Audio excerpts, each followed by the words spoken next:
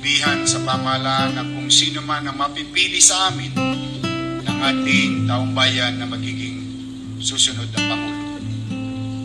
At kami, pangalawa, ay magsasanib puwersa upang labanan ang anumang pagtatangka na baluktutin ang totoong pagpapasya ng taong bayan sa pamamagitan ng mga paggalaw na hindi kanais-nais o hindi kaya paglilimita sa malayang pagpili ng ating mga kababayan.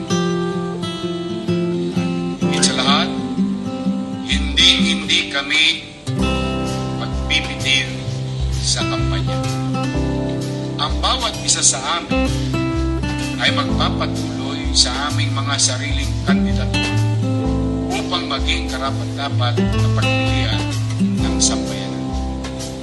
Sa Pilipino, Diladaan, Senator Ping Lacson, Senador Emmanuel Pacquiao, Secretary Norberto Gonzales, at ang inyong lingkod na